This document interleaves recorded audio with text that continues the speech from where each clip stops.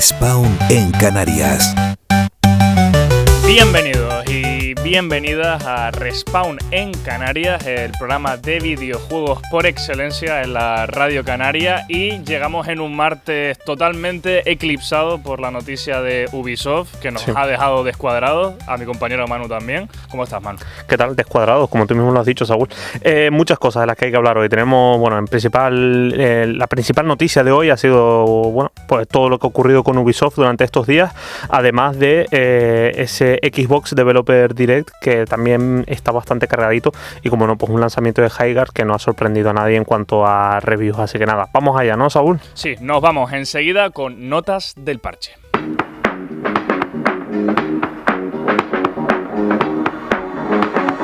Notas del parche. Y vamos a comenzar a desgranar esta noticia de Ubisoft, que ha estado repleta de detalles y de noticias adicionales que hay que ir explicando poco a poco, así que vamos a comenzar con lo principal, con lo más llamativo, que es ese cierre de estudios. Lo conocíamos en Games Industry gracias a la entrevista que le hicieron a la vicepresidenta senior de operaciones de Ubisoft. Estamos hablando de Marie-Sophie de Gobert, que bueno, ha explicado los cambios que van a tener lugar dentro de Ubisoft a lo largo de un plan que se espera dure 3 años, ¿vale? Entre los cambios más inmediatos que traerá esta reestructuración, así es como la llaman dentro del estudio francés, están el cierre de Ubisoft Estocolmo y el de Ubisoft Halifax, que está localizado en Canadá. Además, también se han anunciado despidos en las oficinas que la compañía tiene en Ubisoft Abu Dhabi, en Ubisoft Red Links, que está en Finlandia, y en Massive, que es en Suecia. Y también una de las intenciones de la compañía es volver a la presencialidad de 5 días a la semana para todos los equipos, una decisión que bueno, viene chocando de forma directa con el modelo de trabajo remoto que se había impulsado en todo el sector del videojuego durante la pandemia y que ya es un modelo consolidado en muchos estudios. Vamos a ir hablando poco a poco de esto con Manu. Lo principal, Manu, este cierre de estudios, ¿cómo lo ves? Sí, un cierre de estudios que bueno, que era de esperar en esta reestructuración, porque al final, bueno, yo creo que con todas estas sucursales te das cuenta de que Ubisoft, estamos hablando de una de las grandes empresas del videojuego a nivel mundial, una de las más importantes sin ninguna duda, y claro, pues que después de tantos años de capa caída, en las que han perdido una cantidad de player base, por así decirlo, tan descomunal, pues está claro que estos cierres se iban a producir. Es una pena que bueno, pues que estos cierres se convierta en despidos. Hablando de despidos, vamos a hablar de un correo electrónico en particular que fue dirigido al personal y que ha revelado que la compañía está negociando con los sindicatos lo que se conoce como Rupture Conventionnel Collective. ¿Qué significa esto? Un acuerdo mutuo, básicamente, para despedir a los empleados con contrato indefinido dentro de la compañía. Es una forma, vamos, que muy técnica, que lo que viene a significar es que van a despedir a más personas, básicamente. La propuesta tiene como objetivo acabar con el 18% de la plantilla que tiene contratos franceses con Ubisoft Internacional, lo que podría resultar en la eliminación de hasta 200 puestos de trabajo solo en la sede de Francia. Así que estamos hablando de que puede llegar a unos números, que ya hablaremos más adelante de esto, bastante elevados en cuanto a despidos se refiere, ¿eh? Sí, además hay que incidir en el detalle de que estos despidos van a ser negociados con los sindicatos que están defendiendo los derechos de los trabajadores de Ubisoft. Así que es un proceso que va a durar por lo menos un par de semanas y que seguiremos informando. Partiendo de lo que acaba de comentar Manu, hay que hablar también de una huelga que se va a producir en febrero, organizada por estos sindicatos que hemos comentado, porque bueno, los sindicatos que representan a estos trabajadores de Ubisoft están muy preocupados por estas propuestas, ya no solo esas reestructuraciones, sino también ese cambio que es muy importante en el modelo de trabajo remoto a modelo de trabajo presencial. Y bueno, han negado esa propuesta de ese fin del trabajo remoto obligatorio y han exigido, bueno, que no se puede llegar a trabajar desde la oficina 5 días a la semana. Por lo tanto, lo más importante, han convocado una huelga para protestar contra estos planes. Según informes recientes, esta huelga está programada para del 10 al 12 de febrero de 2026. Los trabajadores planean detener su trabajo esos días para presionar a Ubisoft y así manifestar su rechazo a los recortes y a las condiciones propuestas.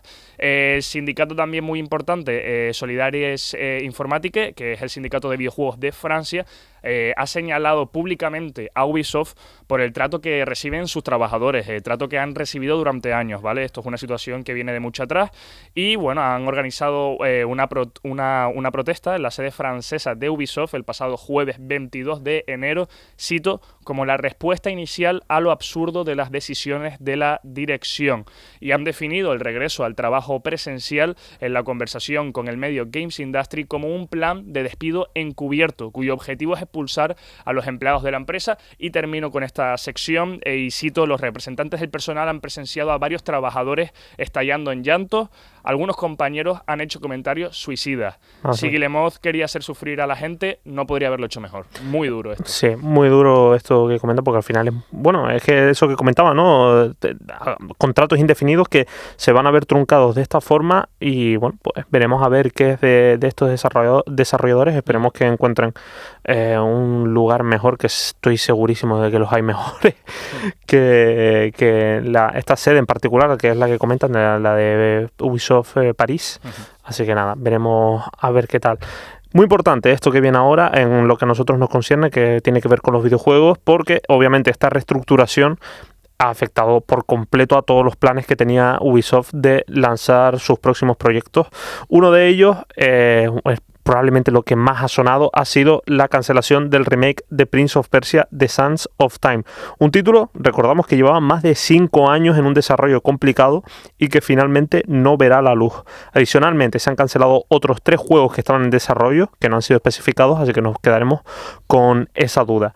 En cuanto al remake de Prince of Persia: Sands of Time, lo que sí hemos visto es, bueno, pues que estaban en un desarrollo casi a punto de terminar, por lo que apuntan ciertos insiders dentro de Ubisoft, pero está claro que, bueno, pues las imágenes que se han filtrado no representan un proyecto de calidad que yo creo que muchos fans esperaban. ¿Que esto justifica su cancelación? Bueno, pues yo creo que no, pero veremos qué sale de esto. En cuanto al este remake que seguimos hablando, se anunció en el 2020, estamos hablando de 5 años de desarrollo. En 2022 se canceló esta versión del juego y el título se reinició bajo el liderazgo de Ubisoft Montreal, y que fue el estudio responsable, recordamos, del juego original. Oficialmente estaba anunciado que el juego saldría en 2026, saldría este mismo año. Finalmente no va a poder ser. De los otros 5 videojuegos cancelados, 4 no se habían anunciado, 3 de ellos eran nuevas IP y el otro era un juego para dispositivos móviles. Y esto es muy importante, esto lo hemos hablado varias veces, justo además en el anterior programa, Saúl, si recuerdas, hablaba de que, bueno, pues que marzo iba a estar cargadito, sí, porque todo apuntaba a que iba a salir un juego que parece ser que, por suerte, no se ha cancelado, pero sí se ha retrasado. Ubisoft, entre este juego en particular, que ahora mencionaré, ha retrasado 7 videojuegos para asegurar que cumplen los niveles de calidad esperados y así maximizar el valor a largo plazo de las creaciones. Un comentario muy corporativista, si me preguntas a mí. Pero muy importante, uno de estos juegos era un título sin anunciar previsto para este año fiscal, que tras numerosos rumores y filtraciones, todo apunta a que debería ser un remake de Assassin's Creed Black Flag. Además, estaban hablando de que era un gran título que estaban esperando para este año, que ha tenido que retrasarse. Watch Dogs, además, no está presente en la nueva organización. El insider Tom Henderson ha dejado claro en su podcast del 23 de enero que la saga está completamente muerta. Así que Watch Dogs Legion, recordamos, salió en octubre de 2020, va a ser la última entrega de esta saga. Otra cosa que nos perdemos desde Ubisoft. Volviendo también al tema de los trabajadores, también han expresado su frustración en foros internos. Muchos advierten de que la política de regreso total a la oficina provocará la salida de talento clave, como ya ha pasado muchas otras veces y lo hemos visto en muchos otros estudios, como el de Expedition 33, y también otros critican que la dirección no asume responsabilidades por los errores pasados, mientras que los trabajadores son los que sufren las consecuencias finales. Y como comentábamos, la molestia es mayor en la sede de París, porque el personal habría negociado recientemente 2 días de teletrabajo semanales. Ubisoft también planea centralizar sus operaciones en un único edificio en Saint-Mandé, con el objetivo de fomentar la colaboración y optimizar el uso del espacio. Y bueno, además del malestar laboral, que es claro, algunos desarrolladores critican la dirección creativa de Ubisoft, acusándola de seguir tendencias en lugar de innovar, perseguir mercados saturados y tomar decisiones importantes a puerta cerrada. Además, Ubisoft también ha sido señalada por las inversiones fallidas en juegos como Skull and Bones, que bueno, era el próximo juego cuádruple A, que al final quedó en nada, y varios intentos fallidos en el modelo de juegos como servicio, una noticia que ampliaremos más tarde. Pero bueno, para muchos empleados esta crisis recuerda a la de hace 2 años, que justo cuando Ubisoft también canceló otro juego, retrasó muchos lanzamientos y prometió reformas. Y a cabo, un trabajador citó la famosa frase del villano Bas Montenegro: la definición de locura es hacer lo mismo una y otra vez esperando esperando resultados diferentes. Perdón. Sí, efectivamente, qué buena frase, ¿eh? Sí. Y qué bien representa lo que se ha convertido Ubisoft. Hemos hablado durante todo este verano sobre ese Vantage Studios que iba a convertir que ese estudio que iban a hacer dentro de Ubisoft, que bueno, que estaba cargado de nepotismo, y que bueno, pues que se iba a encargar de los principales títulos de la saga de Ubisoft. Vamos a hablar, si quieres, Saúl, de esa reestructuración de los juegos por estudios, porque se han reorganizado, para que todos lo entendamos, en 5 firmas creativas en total. Estamos hablando en primer lugar de la que conocemos mayormente, porque va a tener la mayoría de los juegos más importantes de la saga, es Vantage Studios, que va a tener Assassin's Creed, Rainbow Six y Far Cry. Son los principales títulos de Ubisoft, y que, recordemos, está dirigida por Charlie Guillemot. Obviamente un Guillemot al frente de este estudio, y que bueno, que también ha producido problemas con el protagonista del último programa de Respawn en Canarias, Marc Alexis Coté, que tuvo que salir de la empresa tras esto. Vamos a hablar de las siguientes firmas creativas. La firma creativa número 2, la hemos llamado así porque al final no tenemos muchos más datos de sus nombres y demás. Esta firma va a estar compuesta por shooters competitivos y cooperativos. Hablamos de juegos como pueden ser The Division, Ghost Recon o Splinter Cell. La firma creativa número 3 estará encargada de las experiencias online, es decir, la mayoría de los juegos como servicio que tiene Ubisoft. Estamos hablando de un For Honor, The Crew, Riders Republic, un Brawlhalla o incluso lo que comentaba Saúl, ese fallido Skull and Bones. No terminamos todavía, tenemos la firma creativa número 4, son los mundos de fantasía y los universos narrativos, como pueden ser la saga Anno, Might and Magic, Rayman, Prince of Persia, en paz descanse, Beyond Good and Evil, que cabe recordar, este juego, el Beyond Good and Evil 2, ha superado esta reestructuración y parece que sigue adelante. Y por último terminamos con la firma creativa 5, que son los juegos casual y familiares. Los más conocidos: Just Dance, Idle Miner Tycoon, Catch Up, Hungry Shark, Invincible, Uno o todos los juegos que están enmarcados dentro de Hasbro. Saúl, si te parece, vamos a hablar de las declaraciones que ha comentado Guillemot al respecto de esta reestructuración. Sí, porque ha asegurado en un comunicado que, y cito, estas medidas marcan un punto crucial y decisivo para Ubisoft, reflejando nuestra determinación de enfrentarnos a los desafíos de cara y remodelar el grupo a largo plazo. Además, remarca que los despidos y cancelaciones fortalecerán el grupo y nos permitirán volver a crecer de forma sostenible y generar dinero de forma robusta. Ubisoft está entrando en una nueva fase diseñada para reclamar el liderazgo creativo y construir valor para los jugadores y los inversores a largo plazo. Ubisoft ha llevado a cabo una revisión exhaustiva de su cartera de contenidos durante diciembre y enero. Esto ha llevado a la decisión estratégica de volver a enfocar su cartera, reasignar recursos y revisar integralmente su hoja de ruta para los próximos años. Termino. Los 6 juegos cancelados no cumplían con las nuevas expectativas de calidad, entre comillas, mejoradas de Ubisoft. Sí, efectivamente. Y obviamente toda esta reestructuración ha tenido un impacto económico bestial, las cosas como son, y es que como consecuencia de estos retrasos y cancelaciones, pues la gran mayoría de sus accionistas han decidido vender sus acciones y el estudio ha revisado a la baja sus ingresos para este año fiscal que acaba el próximo 31 de marzo. Ha pasado a unos 1.500 millones de euros. Estamos hablando de 330 millones de euros menos de lo esperado. Mientras que la capitalización de mercado de la compañía en 2018 era de aproximadamente 10.000 millones de euros, ahora mismo se sitúa en alrededor de 500 millones de euros. Esto es trágico. Ubisoft ha recortado sus previsiones financieras y ahora espera una pérdida operativa de aproximadamente 1.000 millones de euros para el año fiscal 2026. Esta compañía no se va a salvar de ser comprada. Y hablando de que puede ser comprada, vamos a hablar de ese declive financiero Ubisoft, porque en los últimos 5 años la compañía ha perdido el 95% de su valor en bolsa. Durante este periodo de declive, Tencent adquirió progresivamente mayor peso en el capital social de Ubisoft, porque el año pasado la familia Guillemot y la multinacional china, pues lo que comentaba anteriormente, cerraron un acuerdo financiero que incluyó la creación de Vantage. Con este movimiento, la compañía francesa lo que busca es reducir un pasivo cercano a los 3.000 millones de euros, mientras que Tencent obtenía una participación mayoritaria en la nueva división. Si hablamos del precio de las acciones, bueno, pues siguen en puntos no solo bajos, sino muy bajos. Ahora mismo la acción se sitúa a 4,47 euros frente a los 6,64 euros que marcó durante el cierre bursátil del miércoles pasado, lo que supone una caída a tener en cuenta. Estamos hablando de que esta cifra sigue bajando. No va a dejar de bajar hasta que desde Ubisoft llegue una noticia positiva, aunque desde muchos analistas financieros lo que comentan es que es momento de invertir en Ubisoft. Veremos a ver qué tal.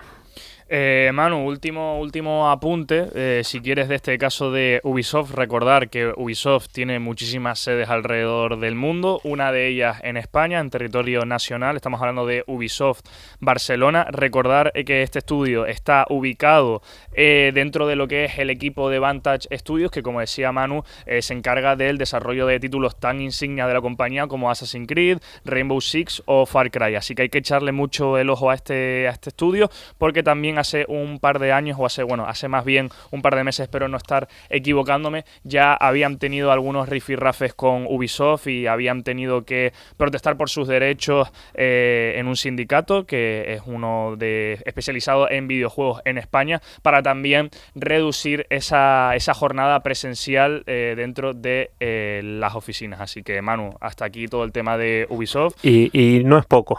Y no es poco. Y no es poco. Hay que cubrirlo. Al final es la noticia más importante de finales de enero y te diría que de principios del próximo. Así que... Sí, y yo creo que es una noticia que va a marcar todo lo que viene en la actualidad del videojuego, porque esto sienta un precedente muy potente dentro de Ubisoft, y que yo creo que de aquí a 2-3 meses seguiremos hablando mucho de esta reestructuración. Tenemos ya este próximo mes convocada esta huelga de los trabajadores de Ubisoft París, y veremos a ver si este daño financiero que supone esta reestructuración nos supone también una posible venta, y veremos qué sucede en esa venta con la familia Guillemot. Manu, nos vamos a noticias un poco más positivas, más centradas en los videojuegos, concretamente en los videojuegos que van a salir en la casa Xbox, porque teníamos ese Developer Direct del 23 de enero, donde se anunciaron, yo creo que los títulos más interesantes de la compañía. Tenemos Forza Horizon 6, que se va a lanzar para el 19 de mayo en consolas de nueva generación. Y bueno, ya comentábamos en el anterior programa que se había filtrado este lanzamiento, se había filtrado que va a ser en Japón, si no me equivoco, que va a tener esas ediciones premium. Así que bueno, Manu, tú controlas más del tema de la conducción. Siempre es bienvenido, ¿no? Un Forza Horizon.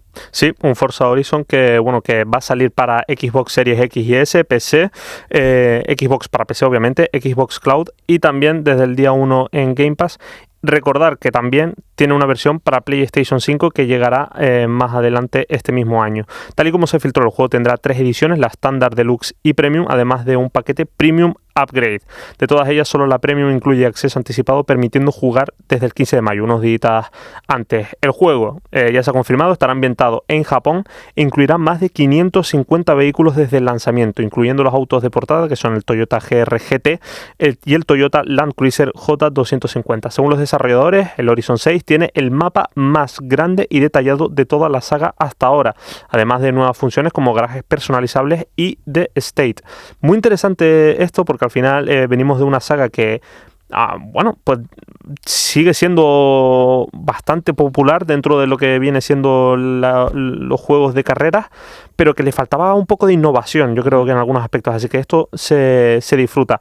Vamos a pasar si quieres, Saúl, ahora con el siguiente juego, el Beast of Reincarnation. Sí, que es el juego El juego que hace un poco palidecer a Pokémon porque está desarrollado por el estudio Game Freak, que es el encargado de la mayor cantidad de juegos de Pokémon. Y bueno, un poco una sinopsis, sigue la historia de Emma y su perro Ko mientras cazan malefactors en un Japón posapocalíptico alrededor del año 4026 después de Cristo. Y bueno, su lanzamiento que está previsto para muy poco, realmente, estamos hablando de verano de 2026, y que va a llegar a PC, Xbox y consolas PlayStation. Lo más importante, se ve espectacular, Manu, y lo que comentaba, ¿no? Que lo comparas al lado de los últimos Pokémon y te echas a llorar prácticamente. Sí, y yo creo que lo que demuestra es que Game Freak no es que le falte talento para hacer estos títulos con mayor calidad técnica, porque al final, oye, Pokémon sigue siendo un juego que sale cada X años y que todavía sigue vendiendo muchísimas copias. Pero sí es verdad que Game Freak te puede demostrar que puede hacer estas cosas fuera de la Pokémon Company, y que a lo mejor el problema no viene tanto de Game Freak, sino que la propia de Pokémon Company no quiere invertir tanto dinero en un videojuego que saben que le pueden sacar muchísima rentabilidad con una inversión tan escasa. Vamos, si quieres, con el siguiente juego, Saúl, Kirn, que fue el título sorpresa del evento y cumplió perfectamente con las expectativas. Los responsables son los de Keeper y Psychonauts, unos juegos que hemos hablado largo y tendido también, sobre todo Keeper, que también lo mencionamos en un próximos lanzamientos. Este nuevo juego es un brawler multijugador de cerámica para hasta 8 jugadores con lanzamiento previsto para la primavera de 2026, muy cerquita está. Estará disponible en PC vía Steam, Xbox y además consolas PlayStation. También se confirmó una beta cerrada que debería llegar pronto, considerado que que la primavera está a unos meses vista. Así que, Saúl, ya dejando a un lado estos juegos que obviamente son bienvenidos, por supuesto, y que suponen también unos juegos a tener en cuenta, vamos a hablar de la gran entrega que se espera y que se ha anunciado en este Xbox Developer Direct. Sí, estamos hablando de Fable, es el esperado reboot de Playground Games, que tiene previsto su lanzamiento para otoño de 2026, también va a estar disponible en PC, por Steam, Xbox y consolas PlayStation. Muy importante el dato de que va a llegar día 1 en Game Pass. El estudio mostró un vistazo bastante completo del juego, incluyendo algunos datos extras que ya los medios han hecho eco enseguida, porque tiene un sistema de moralidad que se basa en las perspectivas de tus acciones según las opiniones de cada NPC, es decir, no es lo mismo hacer una acción en un pueblo o en una región que en otra, porque los NPCs te van a juzgar de forma totalmente diferente, y por lo que han dicho los desarrolladores en este gameplay extendido, no va a ser un sistema de reputación a la larga, sino que va a estar determinado por pequeñas acciones. También un dato muy espectacular, tendrá más de 1000 NPCs, todos con sus rutinas, todos con sus modelos dentro de los poblados, es decir, los poblados también tienen que ser funcionales, también tienen que tener un sentido. Entonces, desde ese punto de vista, Fable va a estar muy vivo.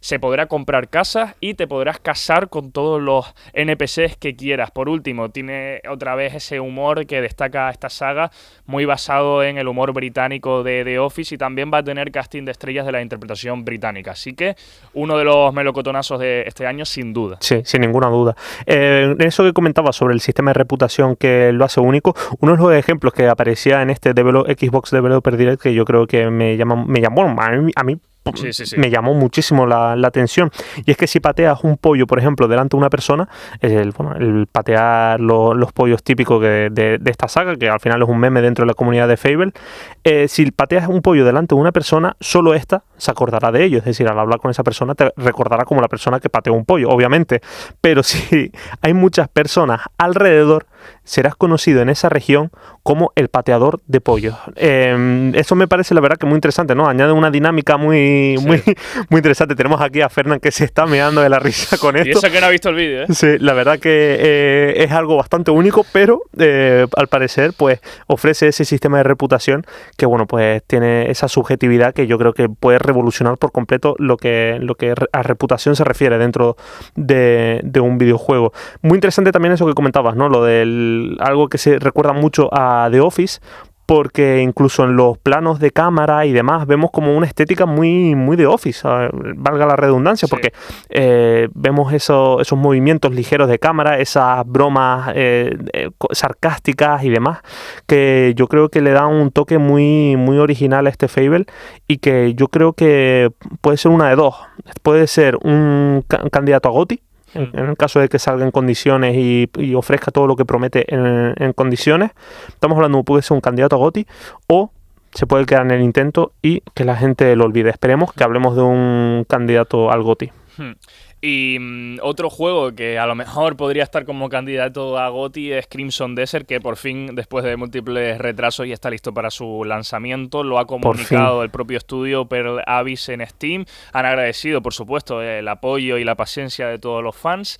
Y ya ha tenido la obtención de la certificación Gold, que, bueno, traducido al idioma que todos conocemos como el castellano y el normal, significa que el juego está terminado al 100% y que es jugable y está listo para salir al mercado. Va a salir al mercado el 19 de marzo.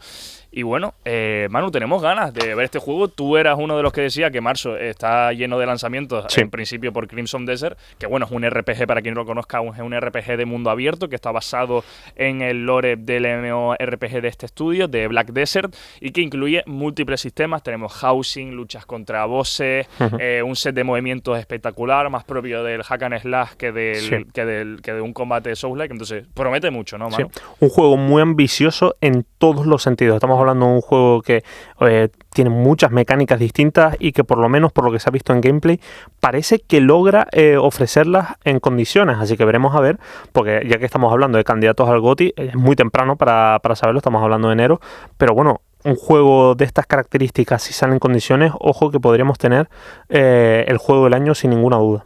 Sí, y Manu, nos vamos con una noticia que tú ya me habías advertido. Yo peco de ser una persona muy positiva y va a ser que me voy a llevar un jarro de agua fría porque uno de la trinidad del gremio de los periodistas, Jez Corden, ha dicho que los remasters de New Vegas y de Fallout 3 están aún muy lejos. De acuerdo con la información compartida por el medio del que es este periodista, Windows Central, estos remasters siguen en planes de desarrollo, pero su lanzamiento todavía no se espera para un corto plazo. Las fuentes del medio señalan que estos proyectos avanzan con calma y no tienen una ventana clara a corto plazo, como he comentado. El reporte además explica que la impresión general apunta a que Fallout 3 podría recibir ese remaster antes que Fallout New Vegas, que es algo que tú también habías comentado, Manu, y ambos proyectos requerirán más tiempo antes de mostrarse formalmente. De momento Bethesda tampoco comenta nada, por lo que parece vamos a tener un Fallout Shelter el 4 de febrero, ¿no? Sí.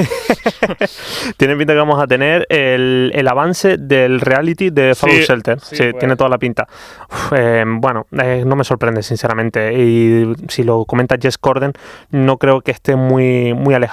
Está claro que yo creo que es algo que no creo... vamos a ver, venimos de un Shadow Drop del Elder Scrolls 4 Oblivion porque las cosas como son, no había tanto hype por un remaster de Oblivion. Sí, es verdad que bueno, cuando se empezó a especular sobre este posible remaster, la gente se volvió loca y demás, pero entre que se empezó a especular hasta que salió, estamos hablando de unos días prácticamente. Llevamos meses hablando de remaster del Fallout 3 y un poquito menos de tiempo hablando de un posible remaster de New Vegas, que veremos si se va a producir. Pero bueno, pues yo creo que la verdad que me cuadran muchísimo las explicaciones que dice Jez Corden sobre estos juegos. No creo que sean un Shadow Drop, sino que se anunciarán para alimentar aún más ese hype y veremos en qué estado sale, porque bueno, pues el de Oblivion la verdad que salió en muy buen estado. Veremos a ver si el Fallout 3 también sale en buen estado. Rápidamente, Saúl, vamos a hablar sobre Highguard, porque hay mucho de lo que hablar de este juego. Sí, Highguard, que si lo conocen, porque también lo hemos comentado en otros programas, es ese último lanzamiento de la gala de los Game Awards que nuestro estimado amigo El Doritos comentó que era un lanzamiento muy, muy esperado porque está desarrollado por el estudio White Light, que son ex miembros de juegos como Apex Legends, Titanfall y Call of Duty Modern Warfare. Es un juego online, es un juego gratuito, es un juego 3 vs 3, es un hero shooter que salió ayer mismo. La noticia positiva, es que consiguió un pico cerca de 100.000 jugadores solo en Steam, quitando las cifras de consolas, pero ahora vienen las noticias malas, que no son pocas. Primero son los problemas de rendimiento y de conectividad que han llevado a que este título tenga un porcentaje, solo un porcentaje de 27% de críticas positivas por parte de los jugadores de Steam. Tenemos ahora mismo en la ficha de Steam las opiniones en mayormente negativas, y los usuarios con más de 8 horas jugadas y en PCs de muy buena calidad han tenido malas experiencias, y por el rendimiento que no está muy pulido, y que bueno, al final no se entiende, sobre todo si lo comparas con shooters que controlan 100 o 60 jugadores, cuando, como he comentado hace nada, es un 3 versus 3 en un mapa abierto. También el tutorial, al parecer, es muy deficiente a la hora de explicar correctamente cuáles son los fundamentos del juego, y los mapas son demasiado grandes para la cantidad de personajes que hay en mapa, que son 3 versus 3. Sí, no sorprende nada, las cosas como son. Veremos a ver cómo sigue, porque bueno, sí es verdad que si logran solventar esos problemas de conectividad y demás, que bueno, pues al final un juego free to play se han unido muchísimas personas a intentar jugarlo. Es normal que se produzcan estos problemas de conectividad, pero está claro que bueno, es lo que llevamos hablando de este juego durante bastante tiempo. No ofrece nada nuevo, es otro Apex Legends más con sus diferencias, y que tiene bueno, pues un mapa de 3 versus 3 tan grande, obviamente no es un juego tan disfrutable como puede ser un Apex Legends que ya he comentado. Solo para matizar lo que comentaste, Saúl, sí, de lo de las reseñas mayormente negativas, siguen en 485 en el momento de grabación, un mayormente negativas que supone que el 28% de las reseñas son positivas. ¿Te acuerdas que tú y yo hablábamos de las reseñas de Metacritic? Bueno, pues tú y yo calculábamos que en torno al 32, 34 estaría la nota. Pues bueno, parece que de momento en Steam está incluso por debajo, 28. Muy triste. Poco más que decir sobre este título, que bueno, pues acabó de última en los Game Awards de rebote y gratis. Sí. Bueno, Manu, y nos vamos a Gaming con acento canario con un invitado muy especial. Quédense a continuación. Gaming con acento canario. Y volvemos con Gaming con acento canario. Como estaba comentando, tenemos un invitado muy especial. Estamos con Moi. Moi, ¿cómo estás? Muy bien, encantado de volver a esta casa de la mano de ustedes, chicos. Manu, Saúl, un gran placer, maravilloso volver a estar aquí. Y Moi, te hemos encargado una tarea para esta sección. Te hemos dicho, Moi, pilla cualquier juego desarrollado en Canarias, lo juegas, vienes al programa y nos dices qué te parece. Y has elegido Luto. Sí, lo nombré en la primera vez que vine aquí. Sí, es verdad que solo había visto un tráiler, había probado la demo rápidamente y digo, me han propuesto ustedes esto, chicos, y dije, es que tiene que ser para empezar, para arrancar esta parte del programa, ¿no? Yo creo que es un videojuego maravilloso. Sí es verdad que no he tenido el gusto de terminarlo, me falta en la última parte, o sea, creo que son como la última media hora del juego. Es un juego bastante cortito, pero es impresionante. Me encanta lo bien tratado que está, lo bien ejecutado que está. Sin duda deja mucho que ver cómo está la industria canaria del videojuego ahora mismo, que está en un punto álgido y potente. Sí. Te quería preguntar, ¿qué te ha parecido porque es verdad que Manu y yo lo comentábamos, también entrevistamos a Borja Corbo en su momento, ¿qué te ha parecido el tema del terror narrativo / psicológico que plantea Luto? Esta forma que tiene de tratar la psicología del personaje. Pues yo creo que Luto plantea un ejercicio en primera persona, buscando esa inmersión, ¿no? Es lo que trata de... lo que busca esta obra, ¿no? de los chicos y chicas de Broken Bear Games, de Borja Corbo también. Y me recuerdan a obras muy parecidas, muy independientes también, como puede ser el caso de los juegos de Note Code, creo que es la productora, que ha desarrollado Observation, ha desarrollado Stories Untold. Sí. Entonces, busca esa inmersión, busca esa conexión con el personaje, y es muy interesante desde las perspectivas que básicamente visibiliza, que trabaja esta historia que cuenta, ¿no? Y sobre todo, piensas que va a tirar por un lado y cuando empiezan a añadir mecánicas al propio juego, la verdad que resulta muy, muy interesante. Yo he estado entre tenso. Hay momentos que a mí me ha parecido, me han resultado curiosos y yo me he reído. Y también la cultura que tiene dentro, que tiene mucha referencia a la cultura canaria, el cómo integra todo esto en una misma obra es maravilloso. Sí. Es fantástico. Sí, yo te quería justo preguntar sobre eso, Moy, sobre las referencias canarias, porque sí es verdad que, bueno, pues mucha gente que lo juega de fuera y demás, a lo mejor no lo entiende, pero nosotros que somos canarios, nosotros que, pues al final no solo nos hemos empapado de todo lo que, las referencias canarias que tienes ahí, sino que las hemos vivido prácticamente en nuestro día a día desde que somos pequeños. No sé qué te ha parecido esas referencias, incluso ese patio canario que estaba, los puzzles con las pintaderas y demás, un montón de cositas que las ves y dices... aquí hay un juego que está representando mi cultura y yo creo que es algo que nunca se había vivido. No sé qué te ha parecido eso. Yo, de hecho, fue la última parte que jugué un poquito más allá de que cuando lo pude probar, ¿no? Y ese patio canario, cuando yo lo veo en medio del juego, digo, impresionante, ¿no? O sea, estamos tan acostumbrados a beber de la cultura de fuera y a que nos llegue Estados Unidos, Europa del Norte primero. Y cuando uno llega, se me ponen los pelos de punta y todo, tío. Sí. Cuando uno llega y entiende esa cultura de la que bebe el producto, que es una parte del nivel del juego, ¿no? Pero me encanta cómo lo integra todo. Es fantástico, o sea, es como perfecto porque es un componente, o sea, es parte de la historia, o sea, la familia, parte de la familia es canaria. Entiendo que también estarán pues o sea, parte de la familia será de algún país de habla anglosajona, no vamos a discernir en eso, pero aprovecha tanto la cultura que es muy interesante cómo las pone al nivel incluso de videojuegos AAA que nos cuentan la historia de sus países o que han trabajado otros países que son a lo mejor de mayor interés, ¿no?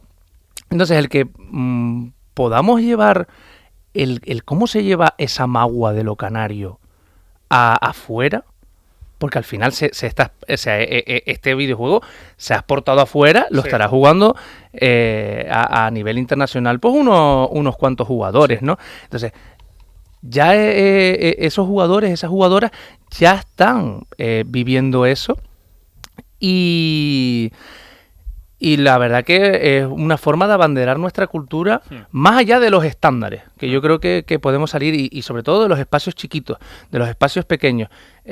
Canarias tiene una cultura muy rica como cualquier otra región del mundo y que la podamos llevar a través de vehículos artísticos audiovisuales, como es el caso de Luto, me parece maravilloso. Sí, disculpa, Saúl, un momentito antes, que estamos hablando de eso, de que la exportación de los títulos, incluso hay algunas estimaciones que hablan de que solo en Steam, estamos hablando de en PC, hay incluso 42.000 personas que han comprado este juego. Todas esas personas, pues al final, pues lo que tú dices, Moy, que se han empapado un poquito de la cultura canaria.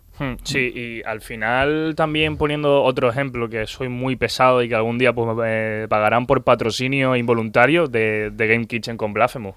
Que al final es un juego que tú lo ves y más español no puede ser. Pero totalmente. En el buen sentido de la palabra, con toda esa cultura, todo ese arte, sobre todo del sur de España, con Andalucía tan bien representada, es lo que tú decías al final. Y mucha gente se quejaba, porque esto sí es verdad que yo lo vi en redes, el tema de que, y lo comentabas ahora, ¿no? Que el juego está en inglés. Lo que pasa es que está con subtítulos en español. Sí, correcto. Y mucha gente decía, pero si es un juego desarrollado en Canarias, ¿por qué no tiene un doblaje en español? Y yo creo que es lo que tú decías, ¿no? Si es un producto que tú lo vas a exportar internacionalmente y que tú quieres que esa cultura canaria la vea otras personas de otras culturas y la aprecien tal y como es, tendrás que ponerles algunas facilidades. Y yo creo que poner el juego en inglés está muy acertado, ¿no? Yo creo que sí. Y al final es un poco por acercar, ¿no? O sea, Sí. tenemos que abrirnos las puertas del mundo. Que oye, que en el futuro, a lo mejor cuando tengan más presupuestos, no te digo que no puedan meter un doblaje incluso canario de dobladores de aquí, pero de momento yo creo que está muy bien. ¿Tú te has asustado mucho, Moy? Porque me has dicho que te ha puesto tenso. A mí me ha puesto tenso. Yo necesitaba un juego así después, tiempo, ¿no? hace tiempo. O sea, yo jugué, no voy a tirar hate ni nada, a mí me gustó el juego, pero yo venía con un hype de Silent Hill F. Ah, bueno. Es que aquí tenemos otro compañero que tampoco está contento con ese juego. Silent Hill F, que yo venía, me he pasado el Silent Hill 2 Remake. Buah. De los primeros juegos que jugué en la Wii, ahora ya 20 años, bueno, 20 no, 15, fue el Silent Hill Shattered Memories, que fue... Uy, un- qué juego. El de la niña con el columpio, ¿es? En la portada. Sí, que es de... en vez de ser cenizas es hielo. Sí. Infravalorado. Sí es verdad que hay detractores. Sí. Yo prefiero más... Yo soy más fan de ese porque es otra forma de narrar, ¿no? Esa aventura narrativa que tiene esos momentos en primera persona, en tercera persona. Aquí... Bebe un poco de esas aventuras narrativas. Luto bebe de esas aventuras narrativas en primera persona que te va contando, que no pierde la esencia de un videojuego, porque lo que tendemos a pensar es que es un walking simulator No. y tiene esencia de videojuego. Tienes que buscar elementos en el escenario con los que interactuar, tienes coleccionables, tienes mecanismos. Hay hasta un nivel que tiene colliders de los propios videojuegos. Digo, Ah, sí. wow, Eso es una locura. me Sí. encanta Sí, sí. porque al final te involucra como jugador y es un Sí. metajuego. O sea, Sí, sí, sí. ¿con Sí. quién? Ya hay casos. Stanley Parable también lo Por hacía. ejemplo, de hecho, el principio de Luto recuerda muchísimo a Stanley Parable. Sí, efectivamente, el tema del narrador y demás, sí. Ujú. Que hasta las voces se parecen. Es que Sí, yo creo que monótona, así como de narrador, un poco sobradillo también, porque sabe lo que está pasando en todo momento. total. Ujú. Y hace trabajar la figura de la omnisciencia Sí. del narrador, de que al final... Sí. ¿Quién es el narrador en esta historia? Es súper Sí. interesante. De hecho, me voy a pegar un disparo al aire, Para eso estás pero aquí. me atrevería a decir que el narrador es el de Stanley Parable.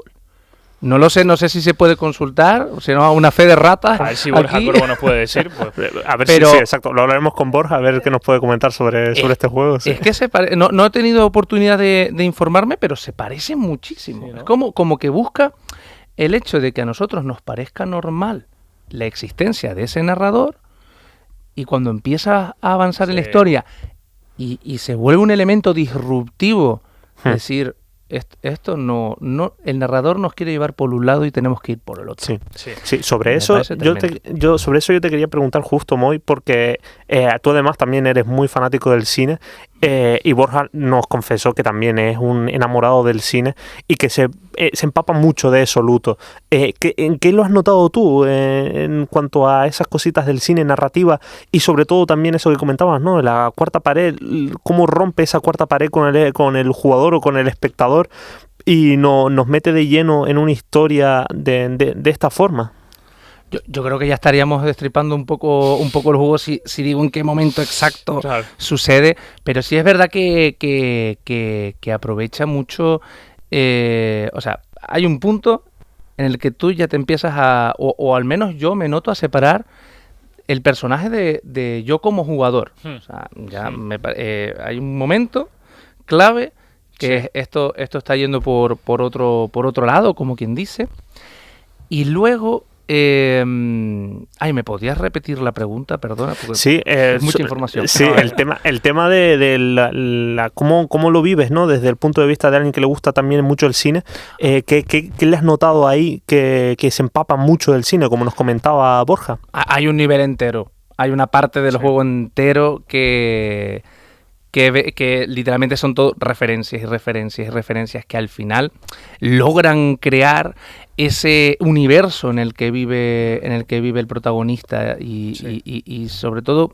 gracias a esa parte logramos conocer un poco la identidad interior, por así decirlo, la es que- identidad personal del protagonista se conoce en ese momento. Sí, y además es está muy bien tratado la narrativa en el sentido de que no te explica realmente nada. Te deja esos objetos clave por aquí y por allá y tú, como tú has comentado, tú has sacado tus conclusiones de que eso tiene que ver con su personalidad, pero porque el estudio ha sabido poner cada objeto clave de la historia en cada momento específico para que tú como jugador saques tus propias conclusiones, y yo creo que eso también es lo que hace tan bien a los Silent Hill originales, ¿no? Que te ponen unos elementos alrededor de todo el juego para que tú vayas pensando, vale, esto se puede interpretar así o esto se puede interpretar de otra manera, pero no tampoco te da respuestas claras.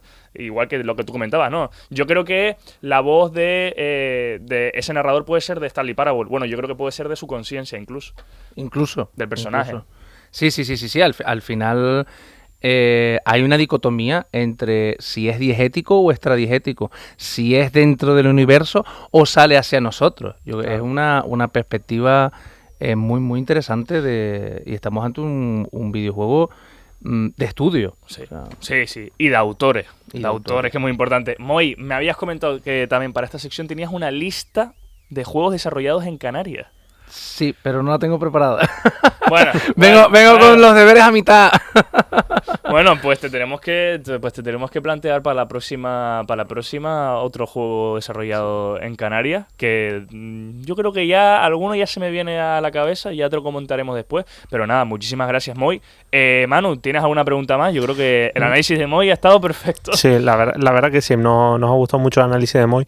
Un juego que, bueno, pues del que somos fans incondicionales y que nos ha encantado también. Y que nos alegramos de que Moy también haya venido aquí a contarnos un poco de su experiencia. Sí, pero nos quedamos con Moy porque nos vamos a otra sección. Esta vez sí, nos vamos a No Todo Es GG. No todo es GG. Y qué bien nos viene el No se presentó, que hablábamos de Silent Hill. Bueno, la película Moy no ha salido del todo bien. Return to Silent Hill, que debuta en Metacritic con 4,4 de nota para los medios de comunicación y 3,3 de los usuarios. Rotten Tomatoes también 18% y 29%, y en Letterboxd con un 1,7. Notas en general negativas para esta nueva película del universo de Silent Hill. Muchas de las críticas se enfocan en ese guión que, bueno, no tiene mucho sentido en cuanto a cómo aborda el hilo emocional de Silent Hill 2.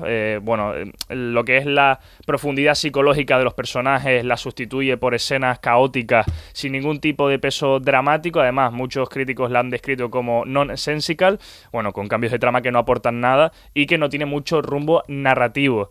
También hay una mala adaptación de los personajes icónicos. Estamos hablando de James, Angela, Eddie y Laura. Dicen que están mal escritos en general o desaprovechados, y además se señala que sus motivaciones cambian sin sentido a lo largo de todo el film, pierden profundidad o aparecen de forma testimonial. También genera la sensación de que la película no entiende ni respeta el material original.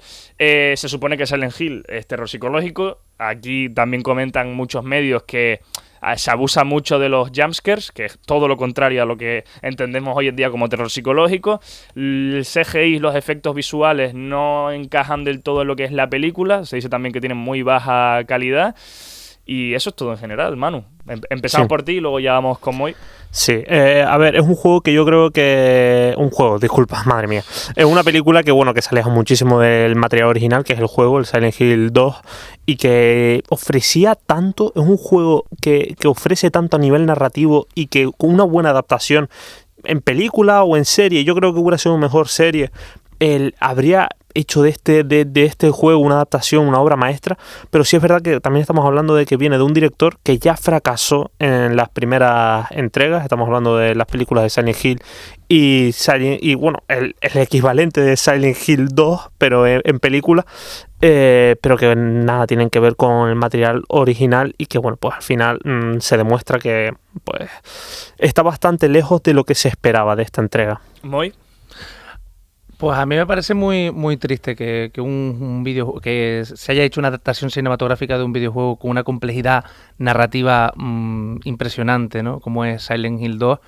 Me parece triste que en esas 2 horas que dure la película no se haya aprovechado ese recurso y todo lo que transmite Silent Hill 2 acerca de la culpa, acerca de las diversas fobias que nos presentan, de las diversas fobias y de los diversos problemas que expone el juego. Son graves, ¿eh? Y incluso más allá de lo que presenta el protagonista, de lo que presenta James Sunderland, los problemas de Silent Hill 2 son densísimos y de muy hablarlo. Muy duro, sí. O sea, Silent Hill 2 abre a que tengas un diálogo largo con personas cercanas, con amigos, de lo que va, pues de las historias que cuenta, ¿no? Y de los diversos personajes que al final entrañan cada uno de esos miedos, cada uno de esos problemas, ¿no? Me entristece que no se haya aprovechado esto bien. A mí, yo lo que no me explico, y ya terminamos con no se presentó, es la necesidad de coger literalmente el Silent Hill 2. Es decir, adaptaciones de videojuegos específicas de una entrega en concreto, no creo que te vaya a salir del todo bien por eso mismo, porque tienes una comunidad de fans que entienden el juego y que si tú lo intentas trasladar al plano cinematográfico te puede salir mal en muchos sentidos. Yo creo que hubiera sido mejor hacer como en la serie de Fallout, que vale que es una serie y no es una película, pero me estoy yendo al ejemplo más reciente, y coger lo mejor del universo de Silent Hill y crear una historia nueva, porque no se puede. Porque se tiene que recurrir a esa nostalgia que al final te va a salir mal, porque no lo estás entendiendo, ¿no? Sí. Sí, es que yo creo que sí, se puede recurrir y no yo creo que sea de nostalgia, sino adaptar una historia súper potente, como comentamos hoy, pero respetando el material original. Yo creo que en esta obra el principal problema es que no se ha respetado el material original. Pues aquí lo tenemos, este Return to Silent Hill. Nos vamos al suspenso, nos vamos a los juegos como servicio que han decaído, y esto también sale un poco justo después de la noticia de Ubisoft. Más de la mitad de los juegos como servicio lanzados en el 2025 han perdido al 90% de sus jugadores. Lo conocemos gracias a un extenso análisis del medio The Gamer, que ha conocido el rendimiento de 19 de los títulos más importantes en 2025, que son catalogados como juegos como servicio. Pues bueno, el panorama no es del todo positivo, ya que se indica que la gran mayoría de estos títulos ha sufrido declives catastróficos, sobre todo en cifras de jugadores. Sobre todo por incorporar elementos multijugador diseñados para la retención continua, como las rotaciones de jefes en Elden Ring Night Reign, que es este último título que más suena en lo que son los juegos como servicio. Lo más importante, de la muestra de 19 juegos, basándose en datos de SteamDB, 11 títulos, incluyendo apuestas de alto perfil como Dune Awakening, Skate y FBC Firebreak, han perdido más del 90% de sus jugadores en Steam. Generalizado porque otros 4 juegos han perdido más del 80% y 2 han superado el 70% de abandono, Manu. Sí, no sorprende. Es que al final ves estos juegos y al final te ofrecen lo mismo, con sus diferencias en cuanto a ambientación y demás, pero al final son juegos que están diseñados para enganchar a un jugador para que se conecte todos los días. Y al final, si la única forma de enganchar a un jugador y que se conecte todos los días es hacer un juego que valga la pena, no crear estos mecanismos baratos que yo creo que lo único que hacen es que al final el juego lo pruebes y que te des cuenta de que el juego tiene la profundidad de un charco. Así que, pues un poco más que decir sobre esta noticia, que la verdad que yo creo que la industria ha pasado ya esa época de estos juegos como servicio, la inmediatez y demás, y yo creo que se premia más esas experiencias, ese slow gaming, por así decirlo, y yo creo que es lo que se tiene que recompensar, donde está el trabajo que verdaderamente genera emociones. Estábamos hablando hace nada de Luto, pero también puedo mencionar también el ganador del GOTY, el Expedition 33, un Kingdom Come Deliverance 2 que también estaba de candidato. Todos estos juegos promueven una manera diferente de jugar los videojuegos, y que yo creo que es el camino que se debe seguir para evitar pues estos modelos que lo único que promueven es eso, jugar de manera, pues cómo decirlo, sin quererlo, porque al final lo único que intentan es captar a un jugador que no quiere estar ahí. Y antes de irnos con la opinión de Moy, mencionar rápidamente que solo tenemos 2 excepciones de juegos que han logrado mantener esa comunidad de jugadores. Tenemos el más sonado Ark Riders, que han mantenido a más del 50% de sus jugadores, y el Wuthering Waves, que apenas ha caído un 3,2% y continúa creciendo. Así que Moy. Yo creo que hay que ver los juegos como servicio de otra manera. O sea, la industria tiene que no fabricar juegos porque al final a lo mejor se presentan de gratuitos y siempre hay microtransacciones de fondo, de algo tiene que vivir ese videojuego, ¿no? Pero yo creo que vamos de camino hacia, como comentó Manu, hacia juegos más narrativos, hacia juegos que nos metan dentro de la historia, ¿no? Y sobre todo yo creo que se está viviendo un auge de los juegos multijugador cooperativos, sobre todo. Aquellos juegos, salió Split Fiction el año pasado, hay de camino unos cuantos más que son propuestas muy interesantes. No recuerdo el título de uno, pero sé que va a salir un videojuego que es de cooperativo entre amigos, no PvP. Que está hecho en stop motion. Entonces, no me acuerdo el nombre, discúlpenme. Okay. Pero se está dando un auge de esos videojuegos que nos conecten como personas más allá de tener más nivel que otro jugador, sino que ya estamos buscando espacios donde los jugadores puedan convivir de forma amable, de forma pacífica, que no se centre solo en el combate. Ahí está, por ejemplo, pues esa caída de videojuegos como Call of Duty, incluso que lo habían hablado en programas anteriores. Sí. Entonces, yo creo que el jugador o la personalidad del jugador está cambiando al igual que el tiempo, ¿no? Se modifica, muta finalmente y es camino de eso. El tiempo dirá hacia dónde debe ir la industria, pero vamos, yo como jugador de Firebreak, por ejemplo, que lo nombraron, yo sabía que lo tenía que jugar los primeros días porque al final esos juegos duran muy poquito. Y si es verdad que a mí Firebreak, por ejemplo, me gustó. Lo que no me gustó es que no hubiera gente para jugarlo. Claro. Entonces, es por un lado triste como seguidor de Remedy y de las sagas de Control y Alan Wake, que al final beben, aporta lore. Yo estoy jugando al primero y es lo que tú dices. Es la ambientación, cómo te mete en el juego, es una pasada. Nos vamos rápidamente porque nos quedan pocos minutos para terminar con dos noticias más. Tenemos como notable el mod del Witcher Online, que la verdad que es toda una sorpresa, porque bueno, no es un modo cooperativo oficial, ni tampoco es un rediseño total del juego, pero bueno, es una nueva forma que, justo como comentabas tú, Moy, de habitar este mundo y compartir los escenarios en compañía con otros jugadores. Manu, ¿tú te vas a lanzar a este DLC? Pues mira, no me lo planteo. Yo me lo planteo, la verdad. Es un juego que, bueno, pues que cada vez que se revisita es espectacular y jugarlo con amigos yo creo que tiene que ser 1000 veces mejor. Es como el Skyrim Together, que también ha triunfado, el mod ese multijugador del Skyrim, que bueno, pues también triunfa por eso mismo, porque un juego espectacular, pues revisitarlo con amigos, pues eso tiene que ser 1000 veces mejor, vamos. ¿Tú, Moy, cómo lo ves? Pues vuelvo a lo mismo de antes. Si son The Witcher, ahora coge a estos jugadores de forma que se pueda crear comunidad, adelante. Yo creo que son iniciativas fantásticas desde el sector, desde este sector, y ojalá tenga muchos jugadores y que los incentive a jugar, que no los deje en el olvido como otros muchos videojuegos. Sí, y estamos hablando de mods, pues nos vamos a sobresaliente, Modder contratada en Hytale, el Early Access que ha salido hace poco, que la verdad de momento la comunidad está implicada en este nuevo título. Y bueno, la creadora de contenido reconocida por su trabajo en Violet's Custom Workshop, que se llama Violet, ha desarrollado varios mods importantes para este título, en lo que se incluye mobiliario decorativo, peluches, reproductores de música y un armario para guardar ropa y cosméticos. Estos cambios, estos mods han aportado opciones de personalización muy valoradas por los jugadores. Y bueno, ya lo decía Simon, que bueno, su intención es integrar este talento que surge de la propia comunidad, y que también hay que recordar que Hytale nace, por supuesto, como mod de Minecraft. Entonces tiene sentido este funcionamiento de Simon de decir, oye, mira, las creaciones que salgan de Hytale hay que tenerlas en cuenta, incluso, pues, ¿por qué no contratar a aquellos modders que se lo merezcan?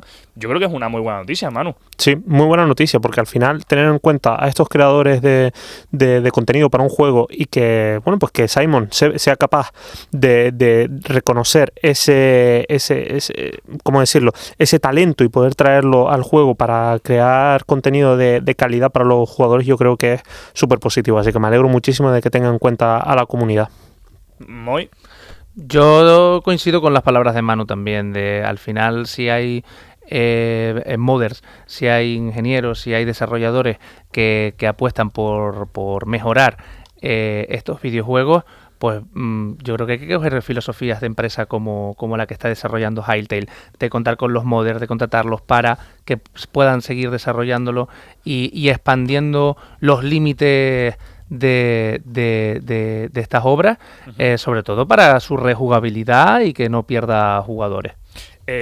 Moy, ¿tú quieres más de Minecraft o de Hytale? Aquí hay un debate un poco extraño, ¿eh? He estado ya viendo gente diciendo, no, Minecraft es peor que Hytale. Hytale nace como mod y tiene pocos meses de vida, ¿eh? No sé, ¿cómo lo ves tú? Yo es que no he tenido la oportunidad de probar directamente Hytale, si es verdad que he podido ver algún que otro gameplay. Pero bueno, si es para bien y para jugar y para disfrutarlo, adelante. Yo no tengo ninguna opinión. Yo me quedo con Minecraft, pero bueno, habrá que probar Hytale. Muchísimas gracias, Moy, por estar presente en este programa y también muchas gracias a los oyentes que nos han escuchado.